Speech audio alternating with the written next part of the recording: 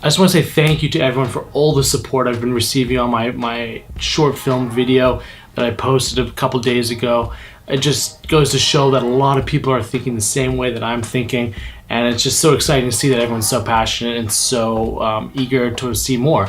So I just want to say a big thank you to everyone. I think we're sitting at about 400 views maybe right now in only a couple of days, which is awesome. I'm so excited to get right back into it. And so to kick things off, we're gonna do a quick video, only a 3-minute video, on how you can change your photo looking like this into something like this. Let's get into it. Alright, let's open up Camera Raw and let's start fixing my exposure.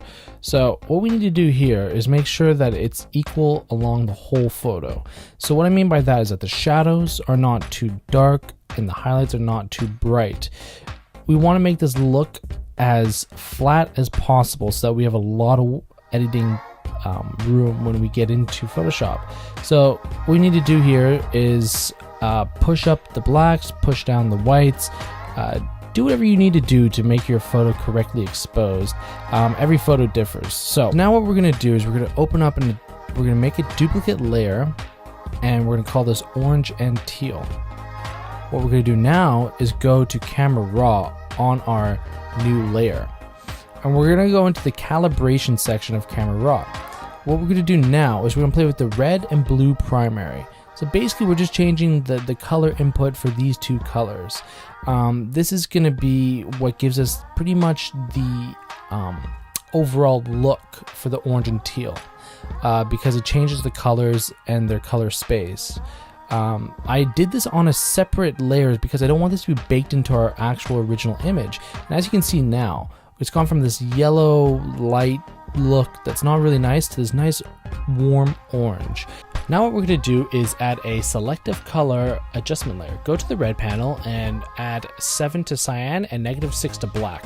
Then go to the yellow panel and go to cyan and take away 21, and then go to the black section and take away 4. This is just so that we're tweaking some of the colors in the photo. All photos are different, so you may have a different set of numbers to make your photo look good. So what we're going to do now is go to hue and saturation and plus 29 in saturation. And what we're doing here is we're just going to paint this into our lips, because what we found when we took the orange and teal look is that it desaturates some of her skin to mattify it.